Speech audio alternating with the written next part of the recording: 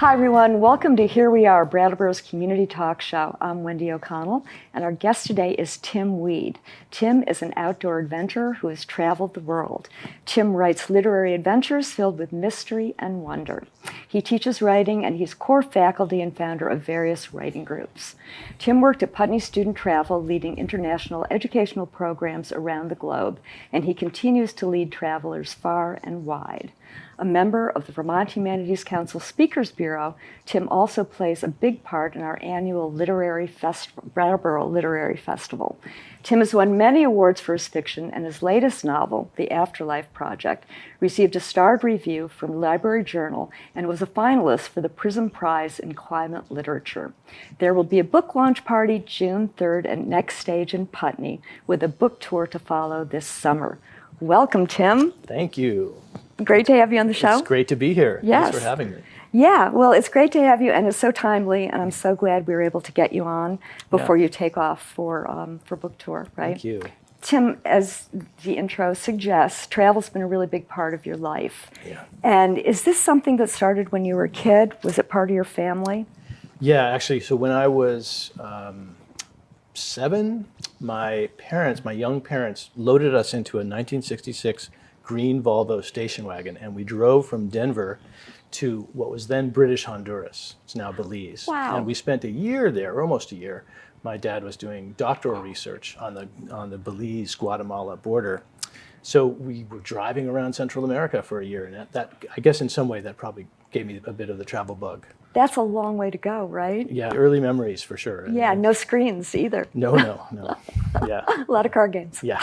Yes. You landed sometime somewhere in Keene. Yeah. So actually, I was born in Vermont. I'm technically a native Vermonter. You Good could for say. you. Born at Mary Fletcher Hospital up in Burlington. Yeah. My parents met as students in Middlebury, and so lived in Vermont and moved all over the place as a kid. But then my parents at a certain point did move back. They moved to Walpole first, and then to Keene, and then I sort of ended up going to college at Middlebury. So I've sort of, this area has been part of my life for a long time. Yes. Yeah.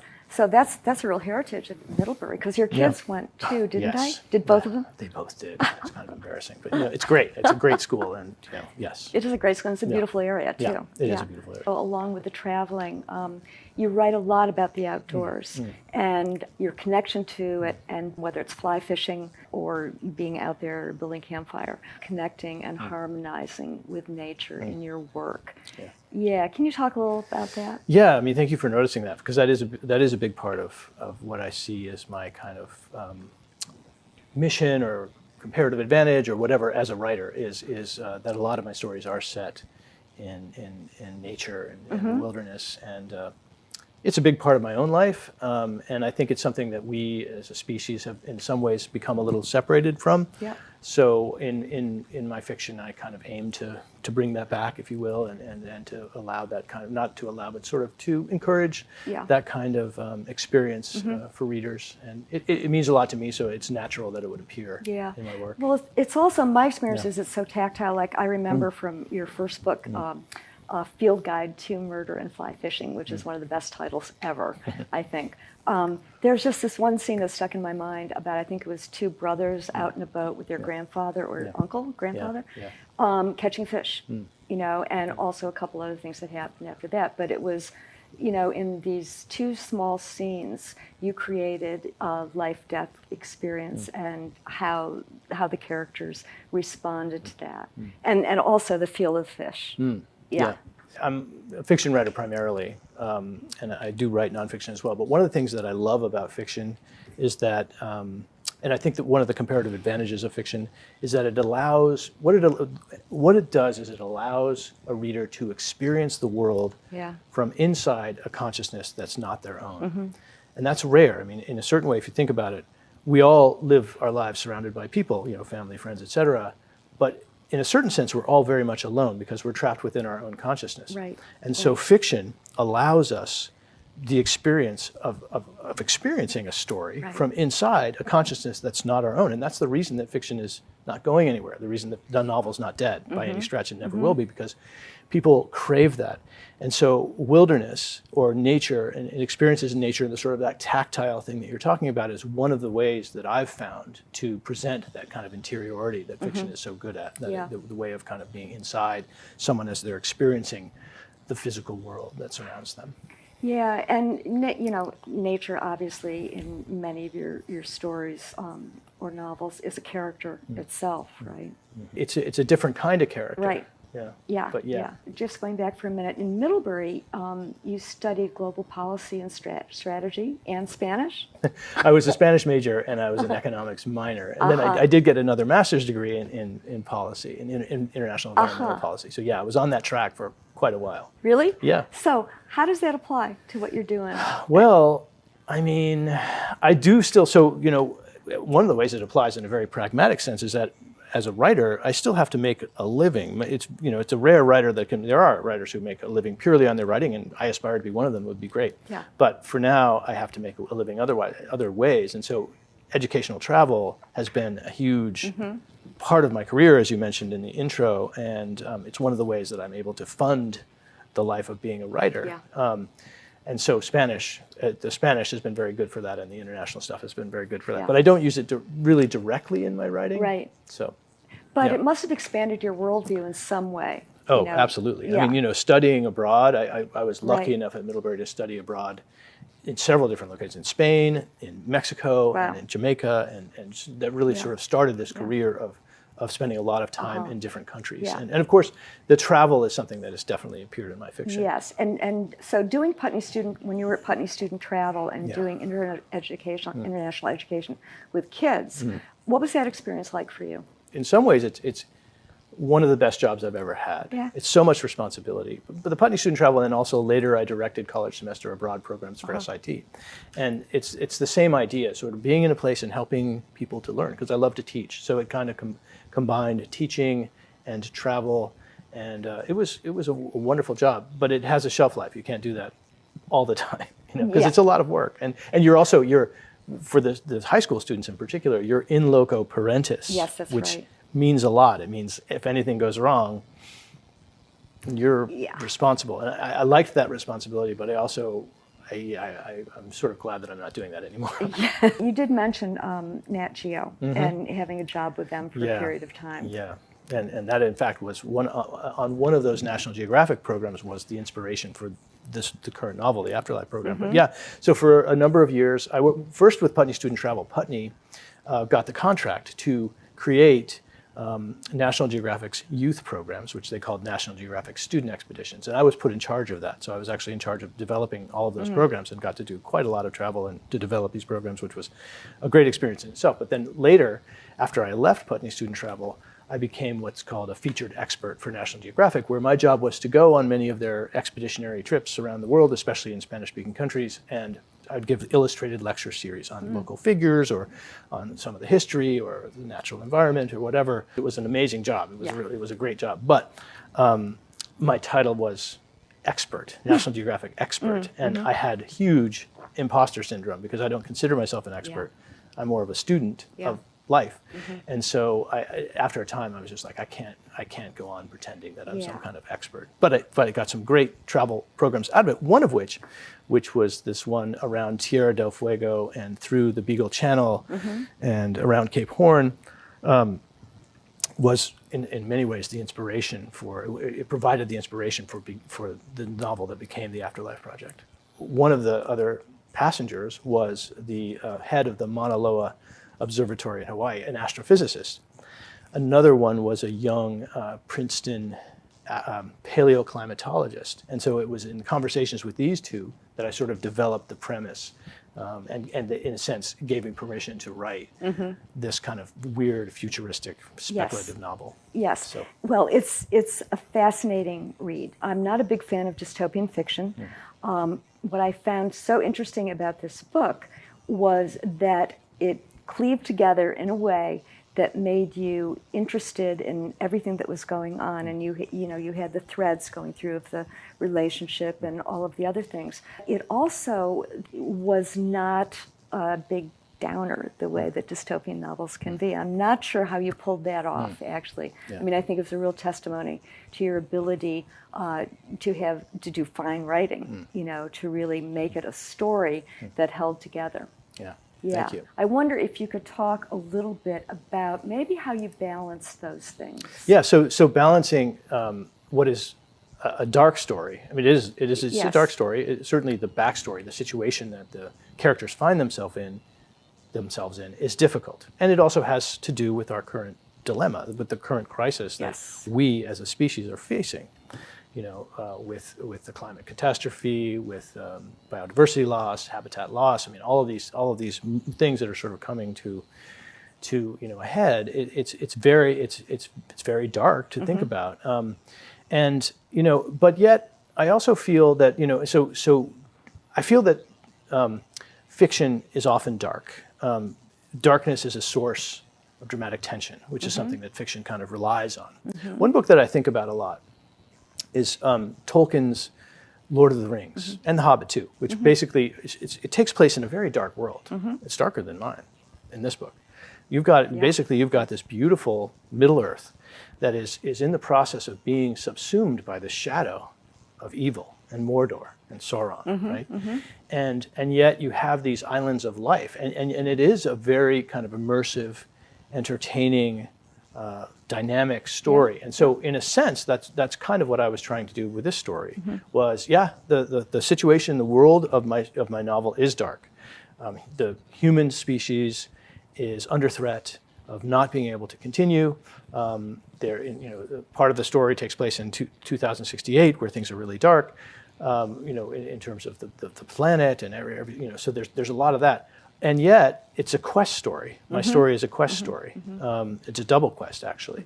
And so the characters are striving. They're trying to save humanity in a sense. And so that I think it's the quest story that we hopefully we relate to the characters. We're in this world, which I hope is an immersive world, and we're trying to get something done. And so those to me are sort of the ingredients of fiction.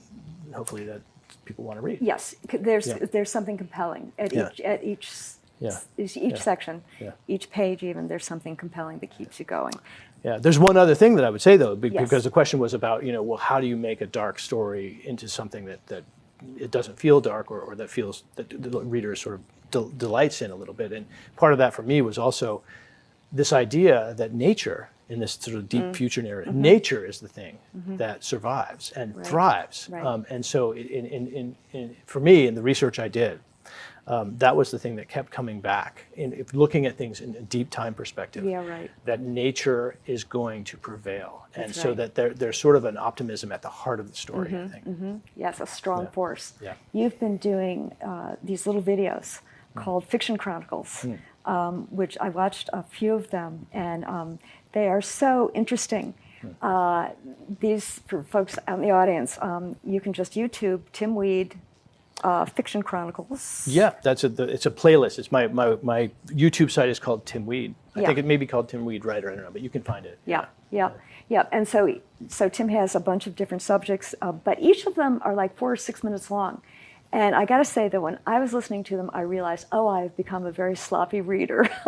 It was really great because it really made me realize, it opened up a couple of really interesting questions for me, which was how we receive stories.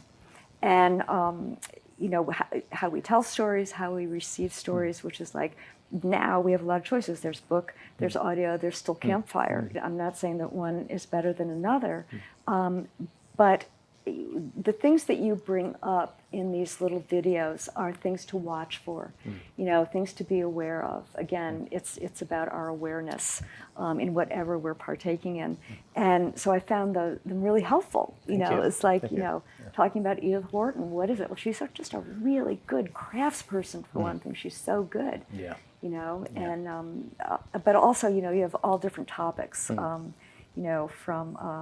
head hopping, which is a really interesting little phrase that I'll let people discover for themselves, and The Secrets of Page Turning, which of course everybody wants to know about, right? Yeah, certainly writers Yeah. do.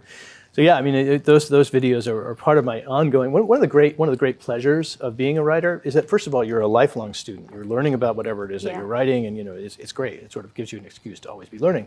But particularly about the writing craft, you have the best teachers in the world, and those are the writers who have come before you. Right. And so your job as a writer is basically to kind of get in and see how they're doing it. Yeah. Sort of, take the reverse engineer and see how they're putting it together. And I love that process. And so those videos are kind of an outgrowth of that, trying to figure out how these books that I've experienced as great in one way or another, how they're working. Yes, Yeah. when you're talking about fiction having hopefully a balance of light and dark and all that, and that fiction kind of needs to be dark to have those kind of tensions, which is probably why mysteries are so compelling, right? Because you want to know who did it. Right, and they start with a murder. And they usually start with a dead body. Yep. So there's this idea of like the questions that you plant as a writer. Like you're going to plant a question so the reader has to turn the pages to find out. That's one technique for turning pages. Yeah. But another one that I like almost better or equally as well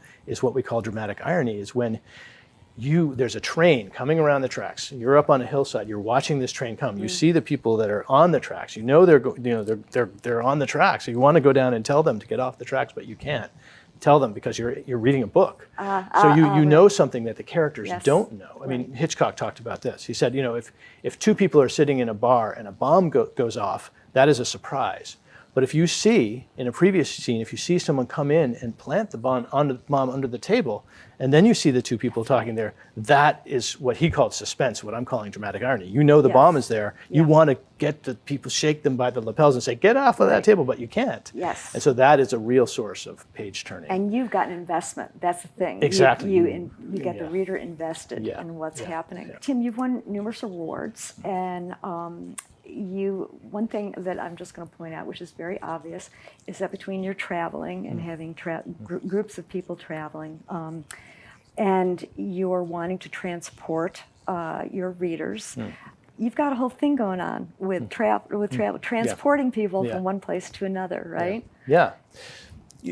So I mentioned before that I think that the thing that fiction does better than any other art form is putting you inside a consciousness that's not your own. We call it interiority, getting someone inside so that a lot of it is interior. You're experiencing this story from a consciousness. That's an amazing, it's one of the reasons that you'll never be lonely if you have a novel, because you're experiencing the world from inside another person. But in terms of transportation, it's one of the things that I've sort of observed in looking at a lot of these writers that I admire is that it is descriptive writing that is the mode of transportation. It's the thing that sort of creates this ecstatic moment where because we're creatures of the imagination, human beings. So when I paint a picture for you, your imagination goes about constructing that. Yes. And so almost against your will, really, sort of so. That's descriptive writing. It's the sort of sensory details of fiction that are bringing you into the story and transporting you into the story. So what does it have to do with travel? Well, if I'm describing your kitchen or the gas station or something that is part of your quotidian life, I don't really need to describe it. It almost feels gratuitous to give it sort of lush, lavish description. However, if I'm describing a place that maybe you haven't been, or maybe a place that maybe you have been, but you want to remember it, or it's a little different than your daily life, that is an excuse, in a sense, to use more description, but to describe the place in order to evoke it and bring it alive. And so that's the same reason, one of the reasons that I use wilderness and nature, is because it allows you to use descriptive writing to really transport the reader into the story. Yeah. And weather, too. And weather. Yes. Yeah, well, Hemingway talked about weather a lot. And so, Yeah. And nature is, all about the changing weather. Yeah. It's very interesting. Yeah. The more you think about this stuff, right? The I cooler love it is. Yeah, it's very cool. Yeah. And also, your characters very often have otherworldly experiences, I noticed. Yeah. So this goes back again to this idea of interiority. The fact that if the main kind of proving ground for fiction is human perception, human cognition, human consciousness. How do you push the boundaries. I love pushing the boundaries of human perception. Because if you think about it, our internal life, yes, it consists of us kind of perceiving what's around us as we're walking down the street. It also consists of dreams, hallucinations. We hallucinate all the time. A shadow's crossing the road, you think it's a cat. It's not. It's a leaf, right? Visions. And so all of these things for me are a huge part of human interior life, and so they're therefore fair ground for fiction. So I do a lot of that kind of thing in my work.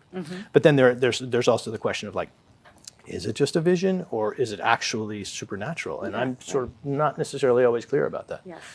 Well, So- I think also you're leaving a lot of room, Yeah. for people to do that kind of wondering. And, Yeah. I think that that's one of the things, about your fiction is that you're very generous. You give a lot of room for the reader to explore on his or her own. And it's different for every person. I mean, that's Yeah, kind of right. the wonder of the imagination. It's like Yes. your experience of The Hobbit is different from my experience That's right. of The Hobbit. That's right. Which is, And, I've thought of that also because I read that when I was, like, I think a junior in high school. What I find is rereading books is a whole different experience. Yes, it certainly It's is. fascinating. Yeah, it's different every time you read it. It's really Yeah. fascinating. Tim, for you as a writer, you're also transporting yourself, right? And getting deep into wherever you are. Yeah. I know that different people talk about being in a fugue state, when you're there. But you use the word ecstasy in relation to that. Can you talk a little? Yeah, so I once listened to a great lecture by a poet named David Baker, who basically said all poetry, and by poetry I take that to mean all literature, falls into one of two camps. It's either ironic or ecstatic. Now, I think that's kind of an absolutist statement. I think that there are gradations, and I think he probably did too. But irony it's kind of worldly. It's humor. It kind of forces you to kind of understand the truth around you more. Ecstasy, on the other hand, is transportative. The ecstasy comes from the Greek root word ekstasis, which means to situate outside of. Yeah. So ecstasy has to do with sort of transcendentalism. It has to do with dreams. It has to do with getting outside of your consciousness. And to me, that's the kind of fiction that I'm interested in terms of, and again, there are gradations, and every beat of fiction needs some irony as well as ecstasy. But for me, I lean on the side of ecstatic. I lean on the side of books that when you forget you're reading them. Yeah. The black marks on the page become what John Gardner called the vivid, continuous dream of fiction. And so I'm very interested in the ecstatic aspects of fiction. And to me, that has to do, again, with coming back to this idea of descriptive writing, the fact that when something is beautifully described, you can't help but play that in your mind. There's like a movie screen in your mind, or it's even better than a movie screen because it's multi-sensory. Sensory. You can't help but be grabbed and transported into the story. So to me, that's the ecstatic nature of fiction, and that's what I look for in what I read and what I try to do in much of what I write. Yeah. It's so exciting, isn't it, to know that there are lots of people reading your work. There are lots of people reading the books that we've read, that are ecstatic to us. Yeah. And then when you start talking to people, it's such a great place to connect with people. Yeah, it really is. It really is. Fiction really kind of rules, I gotta say. Well, so, I mean, it's not for everybody. Fiction is not for everybody. True. But Hemingway, there's a quote from Hemingway. I won't be able to reproduce it, but to paraphrase it, he said something like, "Every good book is truer." It's truer than memory in a sense. That you feel when you put it down, you feel as if you were there, as if you participated in the ecstasy and the sorrow and the passion and what the weather was. And so we mentioned weather again. And I think that if a book of fiction can do that, to me that is a gift. And that is, and again, it's this idea. The fiction is an antidote to loneliness because you're experiencing it from inside a consciousness that's not your own, which is a very rare. Yeah, and you as a writer are creating a new reality, and we as readers are creating even. It's a collaborative thing. It's a collaboration. It's kind of an interface, which I love about it. That's a great way of thinking of it, isn't it? Yeah. It's really terrific. Yeah. We are lucky enough, right, in town to have Green Writers Press, Yes. our own publication company, with Dee Dee Cummings at the helm, very much in the helm, and so many fabulous writers have come through there. I think right off the bat of Howard Frank Mosher, the late Howard Frank Mosher, who was so stellar. But you've been part of that as well. Yeah. No, and I am a proud Green Writers Press author. I have 2 books out with Green Writers Press, and I have to credit Dee Dee Cummings, the publisher and editor of Green Writers Press, for being such a great force of nature. Everybody around here knows her, and she's been instrumental in my career as a writer, so I'm very proud to be associated with Green Writers Press. That's so great. Yeah. Maybe there should be buttons. I'm proud to be a Green Writers Press author. Yeah, exactly. We should tell her that. Yeah. You've done a lot of teaching. And you've been on different faculties. You did the Newport MFA in creative writing, which was probably a pretty great thing to do. Yeah. I love being part of the Newport MFA, and I also teach at Grub Street, which is a private, it's independent writing program in Boston. And I love teaching. I think teaching is, hopefully this won't be too much of a diversion, but Ingmar Bergman was once interviewed about his creative process, and how do you do it? And he said, well, I throw a spear out into the darkness. That is intuition. Then I send an army out into the darkness to retrieve the spear. That is intellect. And that's the way I feel about teaching. I think that writers need to be both. You need to have very strong intuition, but you also have to have a strong intellect. You have to be able to be analytical about your own work and be your own best editor. And so for me, teaching, one of the things, just the fact that I like interacting with people who are passionate about writing, and that goes without saying. I love teaching just for itself, but also this idea that it gives me the ability, it requires me to be analytical about someone else's work. Helps me very much develop the analytical side of being a writer, because the intuitive side is sort of what your first draft, when you're taking something out of nothing and it's hard and you're getting it down to the page, and then you have this big jumble, this big mess. And then you have to sort of analytically say, well, how do I turn this into something that's going to make sense? And that's where your analytical or intellectual side comes in. And for me, teaching really helps to kind of keep that sharp and develop that and keep it sharp. It's a left brain, right brain thing, kind right? Of. Yeah, and keep it in balance as well. Yes. Yeah, you can't go in either direction. Right, and the key is, for any writers out there, the key is not to do them both at the same time.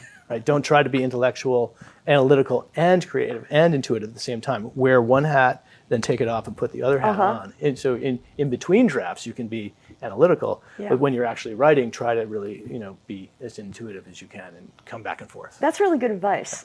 I really enjoyed, again, one of your videos. You did 20 of the best books from the 21st century so far. That was a really interesting list. And again, if folks want to tune in, it's great for recommendations. One that I really enjoyed you having on that list was News of the World. Yes. Which I thought was such a gem of a book. So is Paulette Giles. She's a wonderful writer. She's interesting because she's writing in the same kind of territory as Cormac McCarthy, the American West, and very lyrical. Very lyrical, very descriptive. We were talking earlier about descriptive, the importance of, one of the reasons her books are so immersive is because she is such a beautiful describer. But she's really carved out a niche for herself. She was a National Book Award nominee, I think, and News of the World is such a great, beautiful little book. If you haven't read it, I highly recommend it. It was a movie too. It was a movie, Yeah. Of course, the movie wasn't as good as the book. They never are. They never are. Almost never. I've gotten so that years ago I realized if I go to see a movie that I love the book, I have to remember this is based on the book. And then I can... You separate it, keep it separate. I'm much more generous. Yeah. Your book launch is going to be June 3rd. That's a Tuesday, I believe, at Putney Next Stage. And then you're going to be doing a book tour through part of the summer. You also have some other dates. So just some other dates, for those that can't make the launch, or you've got something else going on, or you're in a different area. I've got June 7th at Northshire over in Manchester. I'll be with Chard Denyord, former Vermont State Poet Laureate, good friend of mine. And then on June 11th, I'll be at Gibson's bookstore in Concord, New Hampshire. And then on June 27th, over in Keene at Toadstool. That'll be fun. Yes, it will be. Yeah. Well, Tim, this has been fun. Great. Thanks so much. It was great hearing all about what you're doing. But also, it's just really, it's so much fun to talk to people about, books and stories and how you get there, what your process is, of course. And I think it's just wonderful that you've kind of left a trail. Being not only the books, but the videos. Well, thank you so much for having me. It's been a lot of fun for me, too. Well, big thanks to Tim Weed for being with us today, and thanks to all of you for being here too. It was a pleasure. It was really fun to hear everything that he's doing and what he's thinking about and writing and reading in general. Stay tuned. We'll be back next week.